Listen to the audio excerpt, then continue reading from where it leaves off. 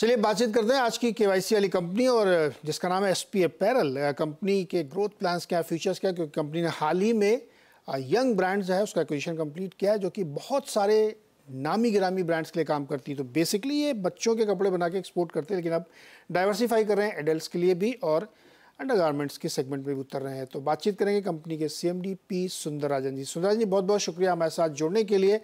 और सुंदरराजन जी इस वक्त एयरपोर्ट के लॉन्च से हमारे साथ जुड़ रहे हैं, इसलिए वॉइस आपको हो सकता है थोड़ी उतनी बहुत साफ ना सुनाई पड़े। सुंदर जी बहुत बहुत शुक्रिया जुड़ने के लिए, बातचीत करने के लिए आपने थोड़ा समय निकाला हमारे लिए।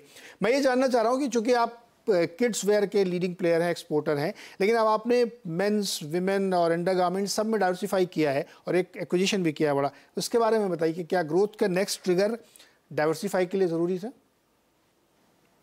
So the Young brand has been acquired by us because our company was looking for acquiring some factories to ramp up our capacities. So we looked for some factories in Chennai and Bangalore. So we got this through in the meantime. So it was a good setup. So I was also a bit excited to acquire this one. And this has got they do a business of about 300 crores they closed last financial year. And we expect it can easily grow by another 10%. So we can close FY25 at 330 crores, and the EBITDA we expect about between 13 to 15% in that business. And interestingly, it is a kind of an inorganic growth in terms of garment in the styles or innerwear, ladies, men, and the kids innerwear products. So it is something. It's a diversification to our existing customers. So Mister Sundararajan, क्या मैं ये समझना ठीक होगा कि ये diversification adult और innerwear वाले सेगमेंट में जाना इसलिए जरूरी था क्योंकि एक तो ज़्यादा एक्सपेंड कर पाएंगे, दूसरा वहाँ पे जैसे इनरवियर्स वगैरह मार्जिन्स बहुत हैवी होती, क्या ये एक रीज़न था ये? Yes, definitely, because when we went for the listing in 2016, we had when we did the roadshow, we mentioned that our USP is babies and kids product because there are the entry barriers are very high, so you cannot there will be very less competitors coming into this sector, and now we are very strong in this sector. So now the same customers are looking for consolidation. They don't want to increase more number of suppliers, so they want us to do the adult and under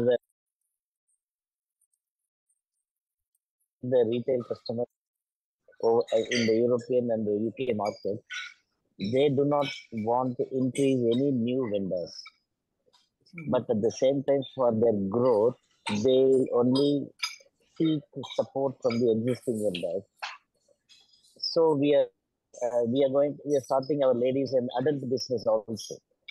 okay Mister Sundararajan, आपने चूंकि UK और Europe का जिक्र किया जहाँ पे आपका काफ़ी बड़ा बिजनेस है, मैं ये जानना चाहता हूँ कि जैसे कि आपने कहा कि वहाँ के लोग बहुत ज़्यादा दूसरे नए वेंडर के साथ नहीं जुड़ना चाहते, वहाँ के रिटेलर्स वो आपके साथ रहना चाहते हैं और एंट्री बैरियर भी है। इस वक्त वहाँ की क्या स्थिति है यूके खास तौर पे और रेस्ट ऑफ यूरोप में, किस तरह की डिमांड और प्राइसिंग है? Ours is a unique case. So we have in UK and Europe we have only 3 customers. One is Tesco, and then Primark, and then George as well. So these 3 customers we have been growing. We have been doing business with them for more than 2 decades, 2.5 decades, and Primark more than 3 decades. So that's a kind of relationship.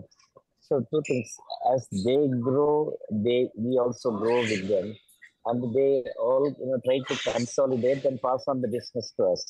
So whatsoever may be the market situation, getting orders is not a problem. And of course, the price pressure is always there because there is a big competition between the retailers that we have to manage by economy of scale. Okay Mister Sundararajan, बहुत सारी textile companies ना tax benefit के लिए या और अलग अलग reason से कॉम्पीट करने के लिए बांग्लादेश और चाइना या वियतनाम, फिलीपाइंस के तो आपने श्रीलंका में बहुत इन्वेस्ट किया है, वहाँ पे आपने एक प्रोजेक्ट लाया और उस पर काफ़ी थ्रस्ट दे रहे हैं। क्या ये मानना सही होगा कि ज़्यादा बेनिफिट वहाँ से हो सकते हैं in terms of tax and pricing, क्योंकि ट्रेड एग्रीमेंट्स हैं वहाँ पे, इसलिए आप ज़्यादा फोकस कर रहे हैं? और क्या ये भी मान सकते हैं कि आप ज़्यादा शिफ्ट वहाँ करना चाहते हैं अपने बेस को? I think the message is being misconveyed or misconstrued by, I don't know, if you means probably many people must have thought that we are shifting the business. That's not the case at all. Please try to understand that the situation today is that all the retailers, American and European, they want to move some of the business from China. That is called China Plus strategy. So they cannot move all China business because so big, no country can manage to face that volume. So they say that China Plus means China Plus you start developing one or more countries. So that is going on. And the second thing is the Bangladesh. All the retailers are putting so much of orders into Bangladesh, so it is too much of orders. So they want to mitigate the risk, de-risk the Bangladesh one, because due to political situation, then the buildings and the unsafe, unrestness of workers. So they don't want to put everything into Bangladesh. So what is next is India is a big country which can take some of the China and the Bangladesh businesses, and also Sri Lanka because it's duty free again into Europe and the UK. So our customers are already doing from Sri Lanka. They are importing from Sri Lanka. That's the situation, the market condition. My point is that why we are moving to Sri Lanka is because in India we are able to grow on an average of 10%, so 7 to 10% now, because our volumes are bigger. But the workforce, mobilization of workforce is always a challenge. Not that it's impossible, but we have to really work hard, so it will take some time, But at the same time, our customers are asking us for more capacities. जी mister Sundarajan, point taken कि चूंकि वहाँ के से ज़्यादा clients का attachment है, इसलिए आप लोग वहाँ पे फोकस करो। डेफिनेटली टैक्स का तो बेनिफिट मिलता ही है वहाँ पे, चूंकि एग्रीमेंट है, ट्रीटीज़ है। एक लास्ट सवाल आपसे ये, चूंकि बहुत आप ऐसी जगह बैठे जहाँ पे हम लोगों को आप भी कंफर्टेबल बात नहीं कर पा रहे हैं। अभी इस समय बजट आने वाला है, उम्मीद है शायद 22 जुलाई तक आ जाएगा, और टेक्सटाइल एक बहुत ही लेबर इंटेंसिव इंडस्ट्री है, और इस बार हो सकता है सरकार ज़्यादा फोकस करे। कल न्यूली अपॉइंटेड मिनिस्टर ने कुछ संकेत भी दिए हैं कि अगले 5-6 साल में करना चाहते हैं। तो मैं ये समझना चाह रहा हूँ कि आप लोग अपनी बात रख सकते हैं, आपके लिए ये फोरम, मंच और अपॉर्चुनिटी है। क्या आप कहना चाहते हैं सरकार से अपने सेक्टर और सेगमेंट के लिए? No, yes, our association has been voicing it, and the government is really doing a lot of things. The central government, they have a lot of training programs, skill development centers originated from Delhi. So into all the eastern and northeast states, and they encourage a lot of training centers to recruit them, and they reimburse their training charges and place them for the sewing machine operators. So government is giving a lot of support to it. There is no doubt about it for employment. That is why the industry has been surviving all along. So it's a great support from the government. All mostly tribes and all from Orissa, Jharkhand, from all those places, they have training centers and they give some subsidy to the training centers and place them with us. Okay mister Sundarajan, बहुत बहुत शुक्रिया, अब हमारे साथ जुड़े, अपनी बात रखी, और हम लोग किसी दिन विस्तार से बात करें, क्योंकि आज थोड़ा सा डिस्टर्बेंस था, बहुत अच्छी बात नहीं हो पा रही थी ऑडियो की वजह से। लेकिन डेफिनेटली आप जो बातें कह रहे हैं वो होपफुली सरकार सुन रही होगी और इस बजट में उन सब चीज़ों को ध्यान दिया जाएगा। बहुत बहुत शुक्रिया सर हमारे साथ जुड़ने के लिए। और अब बातचीत करते हैं मानसून की रफ्तार जो थोड़ी सुस्त हो गई है उस पर क्या हालचाल है, इस पर बातचीत करेंगे स्काईमेट के जी.पी. शर्मा जी से। शर्मा जी, बहुत बहुत स्वागत है आपका। सर, कितना डेफिसिट चल रहा है इस वक्त?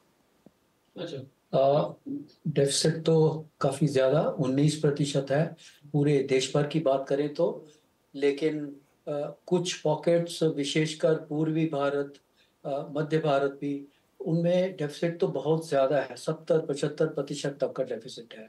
जैसे बंगाल, बिहार, झारखंड, उत्तर प्रदेश, इन क्षेत्रों में केवल दक्षिण क्षेत्र के कुछ पॉकेट छोड़ दें, उनमें थोड़ा मानसून ठीक है।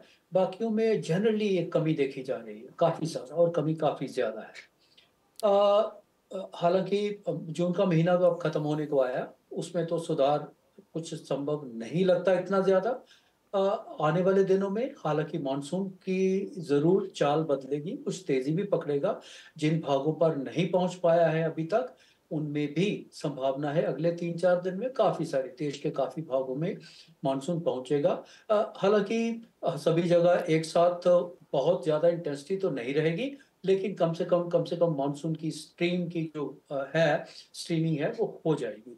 विशेषकर मैं कह रहा हूँ पूर्वी भाग, जैसे बंगाल, बिहार, झारखंड के सभी भागों में, उत्तर प्रदेश समेत मध्य प्रदेश के काफी भागों, इवन दिल्ली तक भी दस्तक दे देगा अगले 2-3 दिन के अंदर अंदर। जी। और कुल मिला के हो सकता है कि देश के सभी भागों में ही समय पर, जो कि 8 जुलाई डेट है, उससे पहले ही मानसून शायद देश के सभी भागों में दस्तक दे देगा। जी।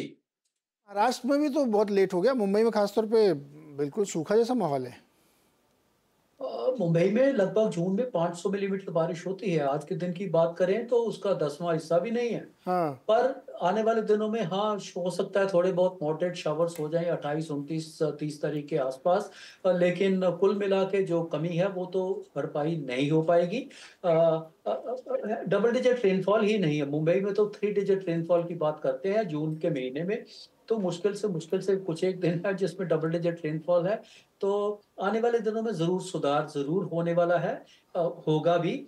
जुलाई का महीना मैं जी। ऐसा अनुभव है, ऐसा संभावना है कि इतना खराब नहीं होना चाहिए जैसा कि हमने जून में देखा है। और काफी सारे भागों में, विशेषकर जैसे कोलकाता अभी तक मानसून पहुंचा ही नहीं है। कोलकाता मानसून मुंबई के साथ पहुंचता है, जी। और हो सकता है इस बार वो दिल्ली के साथ ही पहुंचेगा। दिल्ली में भी और कोलकाता में एक साथ मानसून का अराइवल होगा। उस स्थिति में सुधार संभव जरूर है, लेकिन जो भरपाई जून के डेफिसिट की है वो इमीडिएटली हो पाना मुश्किल होगी। जी। तो भरपाई हो पाना मुश्किल है और काफ़ी डेफिसिट हो चुका है। उम्मीद ये कर रहे हैं शर्मा जी हम सब लोग कि जुलाई में काफ़ी हद तक बारिश अपनी को रिकवर करेगी। शर्मा सर बहुत बहुत शुक्रिया हमारे साथ जुड़ने के लिए और जानकारी देने के लिए। लेकिन धन्यवाद। बारिश होना बहुत ज़रूरी है, वरना मुश्किल होगी इकोनॉमी के लिए, आम आदमी के लिए और पोर्टेबल वाटर के लिए भी हो सकती है। छोटा सा ब्रेक, उसके बाद मार्केट अपडेट।